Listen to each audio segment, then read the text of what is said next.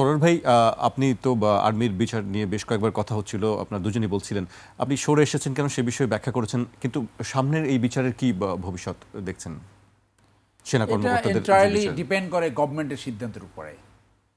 সরকার যে সিদ্ধান্ত নেয়, এখন যদি সরকার সিদ্ধান্ত নেয় যে যে অবস্থা আছে এখান থেকে তারা কোর্ট মার্শালে পাঠাবে, সেটা সরকার সিদ্ধান্ত নিতে পারে। তবে আমার ধারণা এটার বিচার এখানেই সম্ভবত কন্টিনিউ করবে, আমার ধারণা। কারণ এখন যদি পাঠায় তাহলে জনগণের একটা প্রেশার বড় ধরনের কাজ করবে, শুরুতে পাঠায় নাই। আমি সেদিন বললাম যে আমি তাজুলকে ধন্যবাদ জানাবো। তাজুল কিন্তু একটা পাবলিক কনফিডেন্স এনজয় করে, what ever he has done. ওই সময় দাঙ্গা বিক্ষুব্ধ সময় অভ্যুত্থানের পরে একথা সত্য যে সবাই এই দায়িত্ব নিতে চায় না, তিনি এই দায়িত্ব নিয়েছেন। সো এখানে কাদের বিচার হচ্ছে? বিচার হচ্ছে আওয়ামী লীগের টপ নেতৃত্ব, যারা গুম খুন বিশেষ করে মানবতা বিরোধী হত্যায় যারা দায়ী। আর কাদের বিচার হচ্ছে? যারা আয়নাগর সৃষ্টি করেছিল, ক্রস ফায়ার করছে, গুম করেছে, এরকম কিছু সেনাবাহিনী অফিসার। যদিও আমি বিশ্বাস করি তার ভিতরে অনেকেই ইনোসেন্ট, সেটা বিচারে নির্ধারিত হবে। সো তাহলে এই এই ট্রাইব্যুনালকে, বিশেষ করে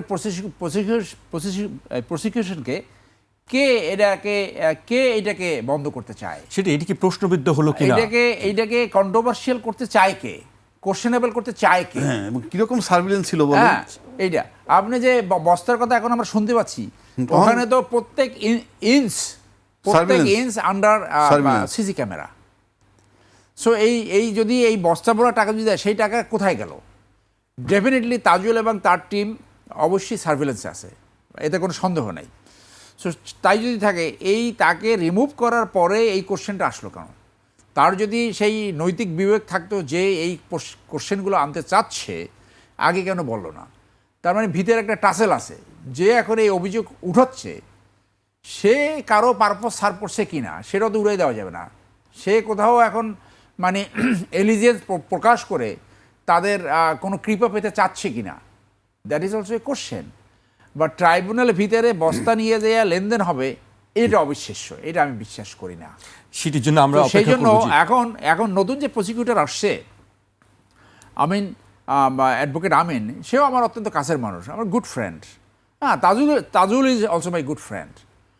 এখন আমিনের উপরে কিন্তু বড় ধরনের দায়বদ্ধতা আসবে, যে পারফরমেন্স তাজুল দেখিয়েছে, সে যদি এখানে কোনো রকম নেগলিজেন্স দেখায়, কোনো রকম লেনিয়েন্সি দেখায়, কোনো ধরনের যদি শীতলতা দেখায়, তাহলে কিন্তু ভীষণ সে সমালোচনার মুখে পড়বে।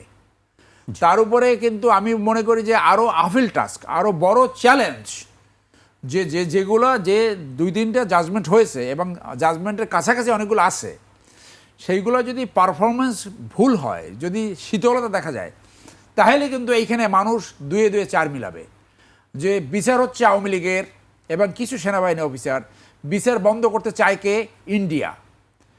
বিচার সেনাবাহিনীদেরকে কে নিতে চায়? সশস্ত্র বাহিনী। বিচার বন্ধ করতে চায় কে? এইগুলো কিন্তু মানুষ তখন খুঁজে দেখবে, এবং ইনভেরিয়েবলি আওয়ামী লীগের নাম আসবে, ইন্ডিয়ার নাম আসবে, এই প্রেসিডেন্ট নাম আসবে।